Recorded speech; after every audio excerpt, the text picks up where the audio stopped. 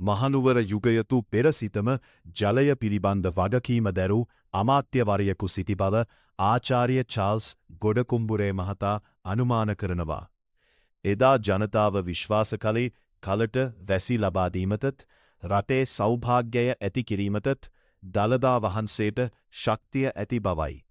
මේ නිසාම ජලය සහ දළදා වහන්සේ අතර ඇති සුවිශේෂී සම්බන්ධය පදනම් කරගෙන ජල පරමු වර්ධන ඇමති වැනි තනතුරක් ඇති වී එය පසුව දියවඩන නිලමේ ලෙස පරිණාමය වන්නට ඇති බව සිතිය හැකියි. 1853 වසරේදී ඉංග්‍රීසි පාලකයන් දළදා වහන්සේගේ ගිහි භාරකාරත්වයන් ඉවත්වීමත් සමග එතෙක් රජු සොතුව තිබූ සියලු වගකීම් දියවඩන නිලමේවරයා වෙත පැවරුණා. අද වන විට දියවඩන නිලමේවරයා සතු වගකීම් සම්භාරය අතිමහත්ය.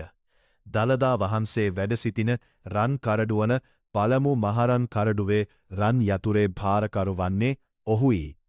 ආරක්ෂාව සැපයීම දළදා ප්‍රදර්ශන පැවැත්වීමේදී මල්වතු අස්ගිරි උභය මහා විහාරයේ මහානායක හිමිවරුන් සමග එක්වා කටයුතු කිරීම, තේවාකාරක භික්ෂූන් වහන්සේලාට අවශ්‍ය පහසුකම් සැලසීම සහ වාර්ෂික සතර මංගල්‍යයන් සාම්ප්‍රදායිකව පැවැත්වීම ඔහුගේ ප්‍රධාන රාජකාරි වෙනවා.